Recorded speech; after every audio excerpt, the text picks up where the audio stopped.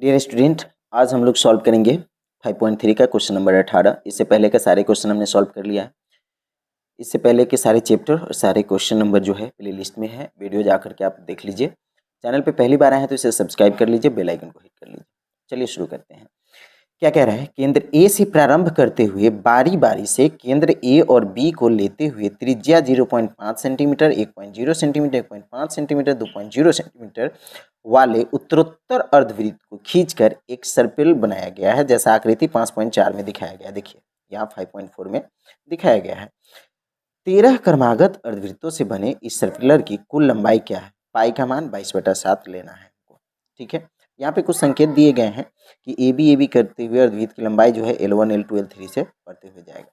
ठीक है, ये भी बस देखने में भारी है, बनाना इसको बहुत आसान है।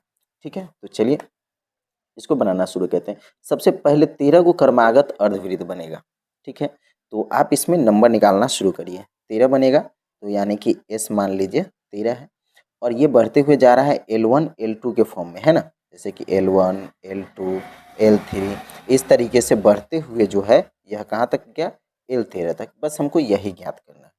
चलिए, L का मान जो है पाई दिया हुआ है, और पाई की वैल्यू जो है 0.5 से आगे बढ़ती चली जा रही है, यानी कि L हो गया हमारा 0.5, पाई 0.5। ठीक है, L2 हो गया हमारा पाई 0.5 के बाद बढ़ के हो गया कितना? 1.0।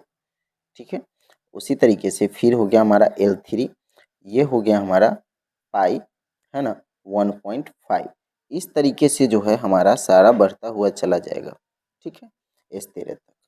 ठीक है, अब अर्ध परिधि जो यहाँ पे पाई का मान रेडियस लिए हैं, ये इसलिए लिए हैं कि आप लोगों को पता होना चाहिए कि जो अर्ध परिधि होती है उसका मान क्या होता है? पाई आर। तो पाई हम लिख दिए हैं और आर के जगह पे हमारा जो है ये दिया हुआ है। बस इतना ही आपको समझना था। अब इससे आगे आप सॉल्व करेंगे इसको अच्छे से। चलिए, तो ये इस तरीके से बढ़ता जाएगा। तो एक चीज़ हम देख रहे हैं कि पाई सभी में कॉमन है। ठीक है ना, जब पाई सभी में कॉमन होंगे तो आगे का प्रोग्राम हम कैसे करेंगे इसको बनाने के लिए कि S13 निकालने के लिए, है ना। तो पाई कॉमन ले लीजिए, सब में पाई है तो हमने पाई कॉमन ले लिया। अब ये इस फॉर्म में बढ़ते हुए जाएगा, यानी कि 0.5 प्लस 0 सॉरी 1.0 प्लस 1.5, है ना, प्लस इस तरीके से ये बढ़ता हुआ चला जाएगा 13 नंबर तक। ठीक है, चलिए अब इसको सॉल्व करने के लिए हम कौन सा फॉर्मूला लगाएंगे और कैसे ये बनेगा इस पे हम विशेष चर्चा करेंगे। जैसे कि 0.5 से यह शुरू हो रहा है, ठीक है ना, तो हमारा ये हो जाएगा कितना? 0.5। ठीक है, और इसमें आप एक चीज़ और समझ लीजिए कि एक संख्या से दूसरे संख्या के बीच का डिस्टेंस भी 0.5 ही है, यानी कि डी भी हमारा हो जाएगा 0.5। यानी कि इस क्वेश्चन में हमको ए और डी ये चीज़ें हमें पता चल गई। और इसमें 13 नंबर है, यानी कि 13वां परिधि ज्ञात करना है, यानी कि हमको एन भी पता है कि एन बराबर 13 है।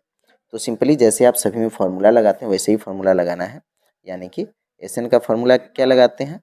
n/2। ठीक है, under bracket 2a plus n-1 d। ये फार्मूला लगाते हैं ना, बस हमको इसी फार्मूला पर भी इसको भी सॉल्व करना है। चलिए करते हैं। तो हमको निकालना है S13 बनाएंगे n/2। n कितना है? 13, तो 13/2। और एक चीज़ और मैं आपको बता दूं कि इसमें हमने पाई कॉमन लिया है, तो ये पाई यहाँ पे रहेगा। ओके, ठीक है, 13/2 2a यानी कि 2 गुने a यानी कि 0.5 प्लस n-1 यानी कि 13-1 d भी हो गया हमारा 0.5। ओके, चलिए अब इसको जो है हमें सॉल्व करना होगा, तो इसको चलिए आसानी से सॉल्व कर लेते हैं। पाई तो रहेगा ही 13/2 और 2 गुने 0.5 है। ठीक है, इसको गुना करना है, तो गुना करने के बाद जो है, चलिए इसको सॉल्व करेंगे तो 13/2 हो गया। 2 गुने 0.5 करेंगे तो ये हो जाएगा 1 प्लस 13 में से गया 12, 12 को 0.5 से गुना करेंगे तो 12×5 = 60, यानी कि ये 6 हो जाएगा। ठीक है, चलिए अब इसको सिंपली सॉल्व कर लेते हैं। पाई का मान रखना है हमको 22/7। पाई की वैल्यू 22/7 रखनी है। यहाँ पे कोई चीज़ का सिंबल नहीं है तो हो जाएगा 13/2 और गुने 6 7। ठीक है, 22/7 गुने 13/2 गुने 7। अब इसको काट खोट कीजिए, यानी कि काटिए, दैट मीन्स कि काटना है। पाई का मान हो गया 22/7, 13/2 और इसको जोड़ दिए हो गया 7। अब इसको सॉल्व करना है तो देख रहे हैं कि 2 से कट जाएगा 11 मरतबे और 7 से 7 कट जाएगा। बचा ऊपर 13 और 11 गुना कर देते हैं। 13 कम 13 के 3, हासिल 1, 13 13 1 14, 143 सेंटीमीटर। यानी इस परिधि की जो है पूरी लंबाई हमको कह रही थी निकालने के लिए, तो वो जो है सर्पिल की कुल लंबाई कितनी होगी? 143 सेंटीमीटर। आई होप चलिए आपको क्वेश्चन समझ में आया। मिलते हैं नेक्स्ट वीडियो में, तब तक के लिए bye, best of luck and thanks for the watching.